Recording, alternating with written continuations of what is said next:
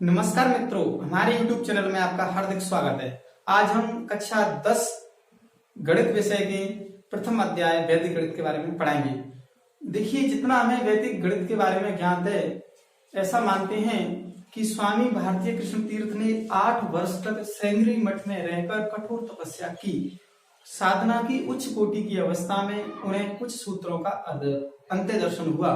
अब अंत्य दर्शन हुआ, उस अंत्य दर्शन में उन्हें 16 तो सूत्र प्राप्त हुए, 16 वैदिक सूत्र प्राप्त हुए और 13 उपसूत्र प्राप्त हुए। 13 उपसूत्र प्राप्त हुए। अब इन 16 सूत्रों में है, 13 उपसूत्रों में क्या है ऐसा। अब इनको व्यवहारिक रूप में जब प्रयोग में लाया गया तो समझ में आया कि इनमें देखिए, जैसे कि जोड़ है, घटाव है, गुणा है, भाग है, वर्ग है, वर्गमूल है, घन है, घनमूल है और सरल समीकरणों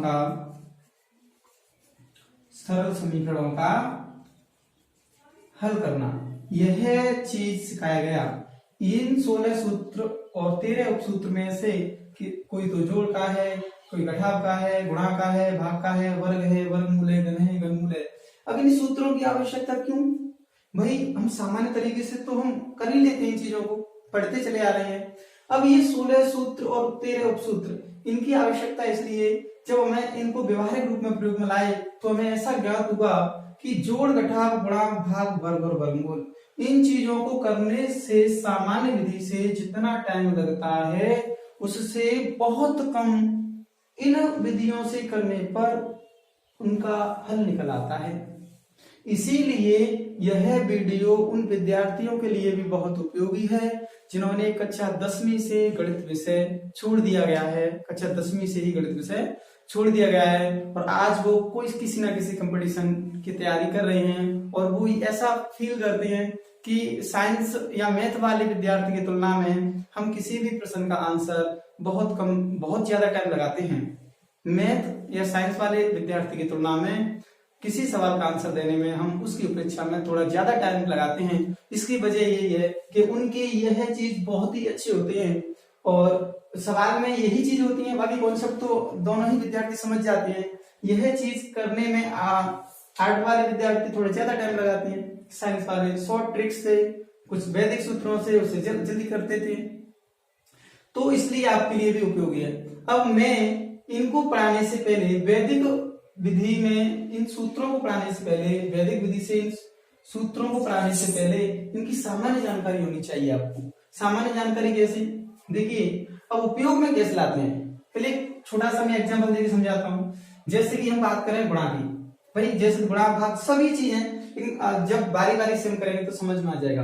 गुणा की बात करें तो यदि मैंने आपसे कह दिया कि 45 गुणा 45 करो, तो जिन्होंने वैदिक गणित नहीं आता, जिन्होंने वैदिक गणित नहीं पढ़ा, वो तो क्या करेंगे, 5 का गुणा 5 से करेंगे। भाई 45 का गुणा तो हर किसी के बस में नहीं है, हर किसी को याद नहीं है। 5 का गुणा 5 से करेंगे, 5 का गुणा फिर 4 से करेंगे, हासिल भी लगाएंगे, फिर गुणा लगाएंगे, फिर 4 का गुणा करेंगे 5 से, फिर 4 का 4 से गुणा करेंगे और फिर जोड़ेंगे तब आंसर आएगा। वैदिक गणित क्या कहता है? कुछ भी नहीं कहता। 5 का 5 से करो 25, 55 25, 4 का 5 से करो 520, दिस इज आंसर। कितना? सामान्य विधि की अपेक्षा में बहुत कम समय लगा। अभी आपसे कह दिया कि 55 गुणा 55 करो, 55 गुणा 55 करो, तो अपन क्या करेंगे, प्रथम का प्रथम से 55 25, एक अधिक कर दो, 5 6 हो गए 56 30, दिस इज आंसर। है ना, टाइम कम लग रहा है, यही इसकी बहुत बड़ी उपयोगिता है। और अब ये कहोगे गुरु जी ये से सवाल ले रहे हो, हाँ ये एकाधिक विधि है। अब ऐसे 16 सूत्र है, 13 उपसूत्र है, इनमें से गुणा की 4 विधि, गुणा की 4 विधि है। तो हम कहें जैसे कि और बताएं आपको, जैसे आपसे कहा 43 गुणा 99 करो सर, कम से कम ज्यादा नहीं तो 1 मिनट तो लगेगी आपको, ठीक है, 1 मिनट ही लगने वाली वैदिक गणित से। कैसे नहीं, इसमें से 1 करूं 42 हुआ, इसमें से 42 घटा दो, 9 में से 2 गया 7, 9 में से 4 गया 5, दिस इज आंसर। सिंपल, समझ में आ रहा होगा कि वैदिक विधि से इनको करने में सामान्य विधि की अपेक्षा में बहुत कम समय लगता है। अब हम बारी बारी से इनको पढ़ेंगे और ये पढ़ेंगे कि जोड़ के कितनी वैदिक सूत्र है, गुणा घटाव के, गुणा के, भाग के, सभी के कितने कितने हैं, सभी के बारे में विस्तार से अध्ययन करेंगे। और अब लेकिन विस्तार से अध्ययन करने से पहले आपको सामान्य तरीके से ये चीज आनी चाहिए।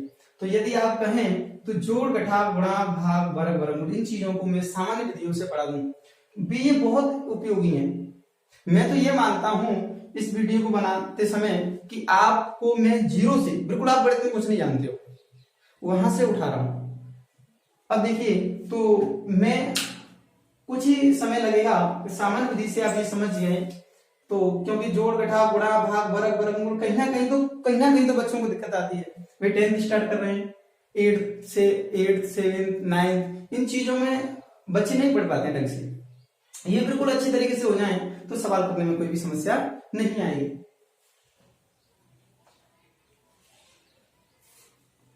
देखिए, तो मैं आज पहले जोड़ स्टार्ट करता हूं। देखिए, जोड़ के बारे में आप कितना जानते हैं वो बताइए हमें। देखिए, जोड़ स्टार्ट करते हैं, इनको मिटा देता हूं। इन्हीं चीजों को पढ़ेंगे वैदिक गणित के अंदर, कुछ भी नहीं है, इन्हीं चीजों को वैदिक विधियों से पढ़ेंगे। इन्हीं को 13 सूत्र 16 उपसूत्र ही में आ जाएंगे। देखिए, हम जोड़ की बात करें, सिंपल विधि पढ़ रहे हैं, अभी वैदिक विधि नहीं पढ़ रहे हैं, अभी वैदिक विधि नहीं पढ़ रहे हैं। कैसा पढ़ रहे हैं? सिंपल गणित में। वैदिक गणित से पहले हम सिंपल गणित की ये विधियां पढ़ रहे हैं। भाई सिंपल गणित आना चाहिए, उसके बाद में वैदिक गणित आएगा। तो सिंपल गणित में क्या है, बिल्कुल छोटा सा सवाल लेते हैं, जैसे हम कहें इन चीज को जानते होंगे, बताने की आवश्यकता नहीं है। कैसे? 5 5 10 और 4 14 की 4 हाथ से 1। आप ये ना कहो ये कैसे? अरे बिल्कुल जीरो से स्टार्ट कर रहे हैं भाई, उच्च तक तो पहुंचेंगे। 5 और 5 10 और 4 14 की 4 हाथ से 1, 3 और 4 7 8 9 10 और 1 हासिल 11 हासिल 1, 2 और 2 4 और 2 6 और 1 7। ऐसा है, अब सब जानते हैं। अब मैं एक पॉइंटों का लेता हूं। अब आपसे कह दिया जाए कि 2 3.02 प्लस 2 0 0.004 प्लस 3.0004, इन चीजों को जोड़े तो क्या करोगे? आप लिखोगे 23.02, इसके बाद में क्या है? प्लस। पॉइंटों को जोड़ने का सबसे सिंपल तरीका, आप पॉइंट के नीचे पहले पॉइंट लगाओ, ये लगा दिया, इधर डबल जीरो, इधर 4, इधर की संख्या इधर आगे, फिर प्लस है लगा हुआ है, पॉइंट के नीचे पॉइंट, इधर की संख्या इधर उतार दो, 0004, इधर 3। अब आपको ये लग नहीं रहा है कि ये जच नहीं रहा है सवाल, तो आप क्या करोगे? इसके ऊपर 0 लगा दो, इसके ऊपर 0 लगा दो, यहां भी 0 लगा दो, खाली स्थान को 0 से भर, यहां 0 लगा दो। अब बन गया ना, जोड़ सीधे जोड़ दो, 4 4 2 0 6 4। समझ में आ गया होगा। एक और लेते हैं पॉइंट बाद, उसके बाद में तुरंत ही आगे बढ़ेंगे, ज्यादा टाइम नहीं लगाएंगे।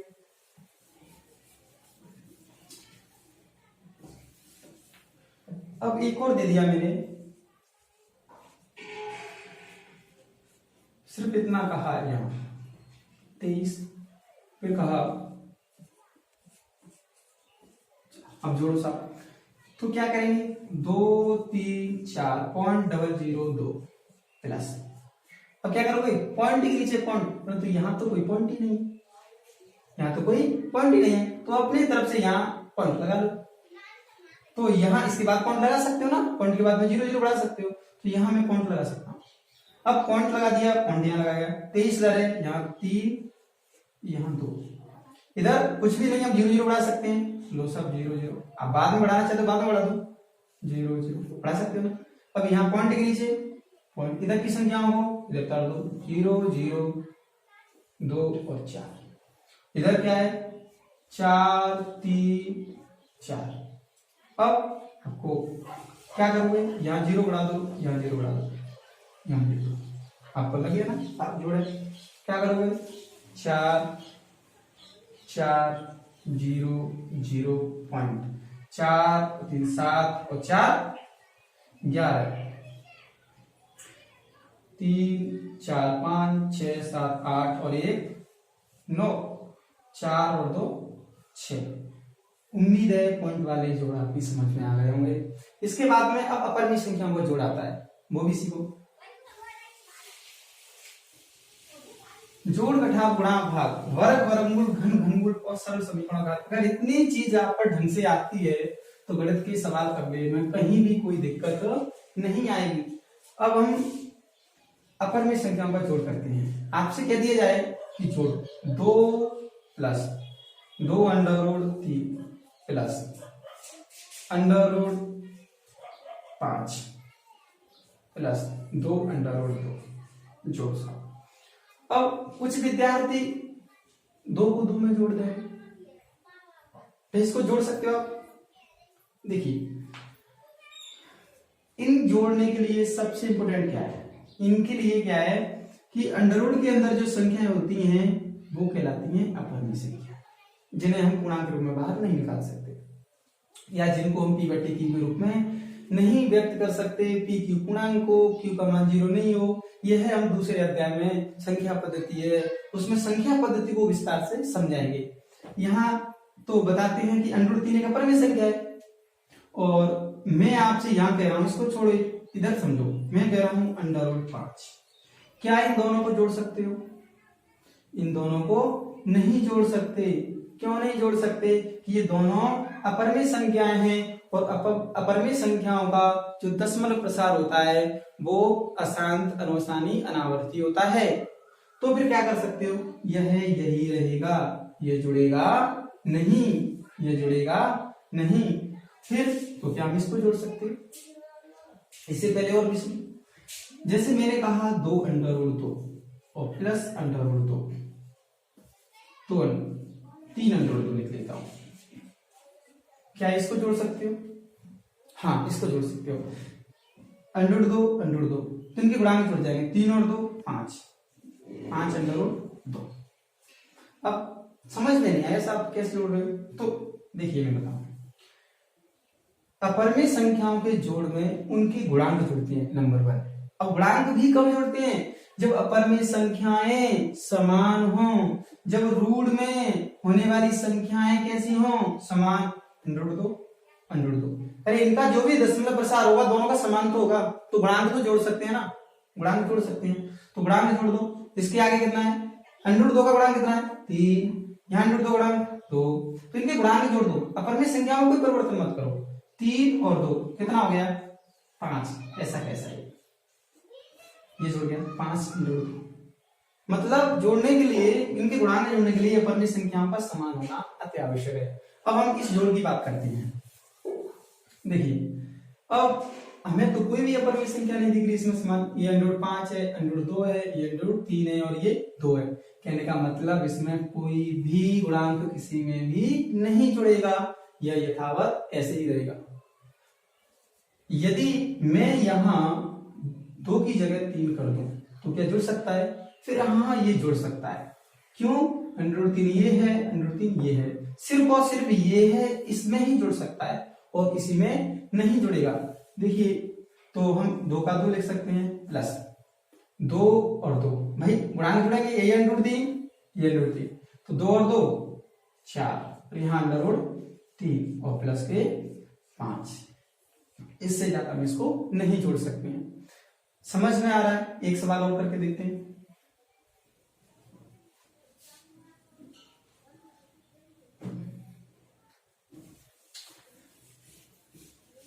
एक सवाल और करके देखिए,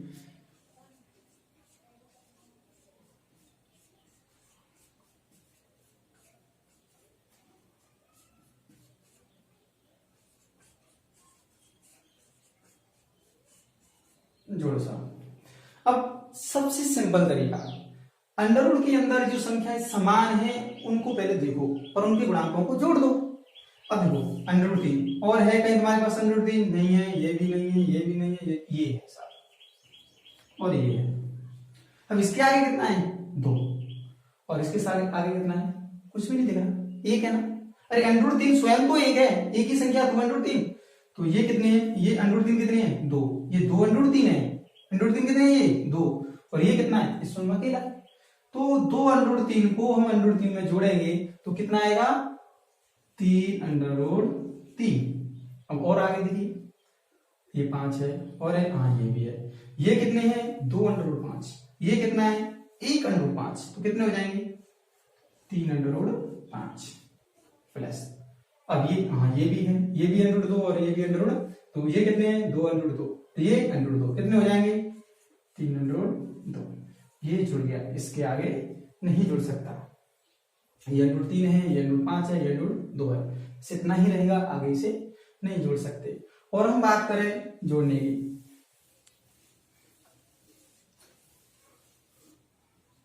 हम बात करते हैं कि √6,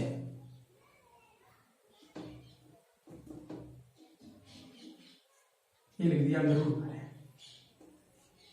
ये लिख दिया 2 √3, ये लिख दिया √8, ये लिख दिया 2 √2, क्या जोड़ सकते हो सारे को बताइए। आप कहोगे कि गुरु जी √12, √3, √8, √2, आप कह रहे थे √, के अंदर कोई भी संख्या समान नहीं है तो ये नहीं जुड़ेंगे, नहीं जुड़ेंगे, क्यों, ये तो देख लो जो √, के अंदर जो संख्या समान है क्या उसको हम बाहर निकाल सकते हैं, क्या हम उसको बाहर निकाल सकते हैं। अब बाहर निकालने का तरीका क्या है, ये जब हम वर्गमूल पढ़ाएंगे तब और अच्छे तरीके से समझेंगे। बाहर निकालने का तरीका तो इतना है सिंपल कि जैसे कि अब हम 12 को बाहर निकालते हैं रूट से, तो 12 के आप गुणनखंड कर लो, क्या कर लो गुणनखंड, 2 से 6, 2 से 3 और 3 से 1, ये जोड़ा है रूट से बाहर निकल जाएगा, तो ये रहेगा 2 √2 √3, तो ये बाहर निकल जाएगा। अच्छा इस चीज को भी समझे कैसे बाहर निकलता है, ठीक है इस चीज को समझा दें। देखिए मैंने कहा √12 है, अब इस √ का मतलब क्या होता है, वर्गमूल का मतलब क्या होता है, ये वर्गमूल का मतलब होता है 12 की घात 1/2, क्या होता है 12 की घात 1/2। अब हम 12 की गुणनखंड करेंगे, तो 12 की गुणनखंड हो गया 2 × 2 × 3।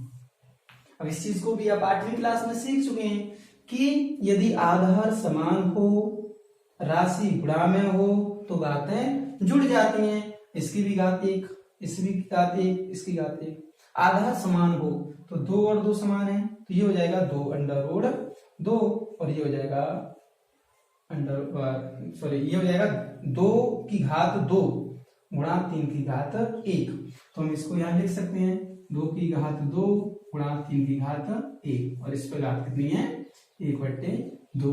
अब इस घात को अंदर गुणा कर सकते हो आप, तो घात को अंदर गुणा करेंगे तो 2 की घात 2, और यहां कर सकते हो गुणा 1/2 गुणा 3 की घात 1 और यहाँ 1/2, हम गुणा करेंगे यहाँ तो 2 की घात 2 गुणा 1/2 गुणा 3 की घात और 1 का 1 से करेंगे तो 1/2। अब 2 से तो 2 कट गया, 2 की घात कितनी रहेगी 1 गुणा 3 की घात 1/2, तो इसको तो 2 सेपरेट लिख सकते हैं, अलग से बिल्कुल स्वतंत्र हो गया ना, इसमें से तो कोई घात नहीं है, एक को तो लिख सकते हैं 2, भाई 2 ऐसे इसकी 2 की घात 1 है स्वतंत्र को तो, लेकिन 3 की घात 1/2, 3 की घात 1/2, यहाँ 3, यहाँ अब 1/2 का मतलब वर्गमूल होता है, तो इसको हमें किसमें लिखना पड़ेगा, भाई गुणा ही माना जाता है, कुछ नहीं है 2 √3, तो √12 का मान कितना होगा 2 √3, ये है इसका तरीका निकालने का। परंतु हम यहाँ बिल्कुल सिंपल तरीके से आप निकाल सकते हो, ये तो वास्तव में इसका कॉन्सेप्ट है, निकाल कैसे सकते हो आप इसको, 12 है तो 12 में 2 और 2 अंक है, बाहर निकल जाएगा, तो क्या मैं जोड़ा है 2 लोग मिलकर रूट से बाहर निकल जाएंगे, जैसे कि ये लो 2 × 2 × 3, 12 को लिख सकते हैं, 2 का 2 जोड़ा मिल गया, 2 आदमी मिलकर जेल तोड़ दे, ये कितना हो जाएगा आदमी 2 हो गया, अकेला रह गया बेचारा जेल में ही रहेगा, ऐसे कर सकते हो समझने के लिए, बाकी तरीका मैंने बता दिया है कैसे करते हैं। तो हम इसको लिख सकते हैं शॉर्ट में, ये 2 आ गया तो इससे निकाल सकते हैं 2 √3 प्लस इसको 2 √3। अब 8 को निकाल के बताइए 8 कैसे निकलेगा, 8 निकलेगा 8 के गुणनखंड करो, 2 से 4, 2 से 2, 2 से 1, ये जोड़ा है ना भाई, इसके साथ तो कोई जोड़ा नहीं है, ये दोनों निकाल लो, ये दोनों एक ना एक तो एक जोड़ा, एक तो दो का एक अंक 2 रूट में रह जाएगा, तो अपने इसको सीधा सॉल्व कर सकते हो ना, 2 √2 लिख सकते हो क्या, इसको लिख सकते हैं, इसको क्या लिखोगे 2 √2, ये निकल गया रूट से बाहर, इनको मैं बिठा देता हूँ। रूट से बाहर निकालना समझ में आ गया, वर्गमूल से बाहर कैसे निकालते हैं संख्याओं को, निकालना समझ में आ गया। देखिए √3 समान है यहाँ पर में संख्या, जोड़ सकते हो, अभी ऊपर तो नहीं लग रहा आपको जुड़ जाएगा, लेकिन नीचे लग रहा है जुड़ जाएगा ना, तो क्या है, ये तो 2 √3 है, ये 2 √3 कितने हो जाएंगे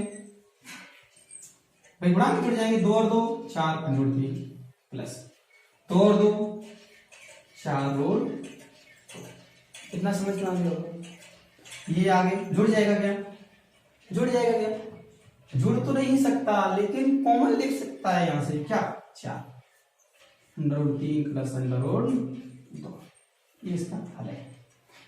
अब ऐसे जोड़ आपने सीखे होंगे, अच्छी बात है सीखे, तो अगर नहीं आता है तो सीख लो भाई, 10th है, 10th तो बेस है, समझाना पड़ेगा शुरुआत से, 0 से स्टार्ट करना पड़ेगा, ये जोड़ है।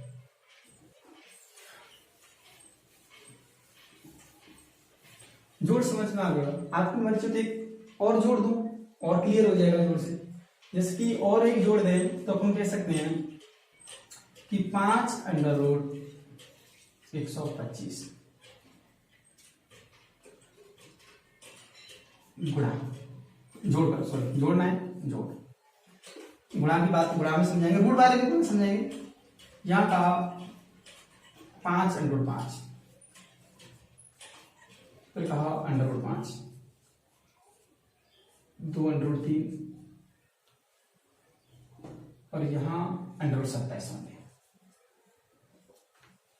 अब देखिए आपको ये 125, ये 5, ये 5, ये इसमें जोड़ सकता है, बस आपको दिख रहा होगा, ये 3, ये 27।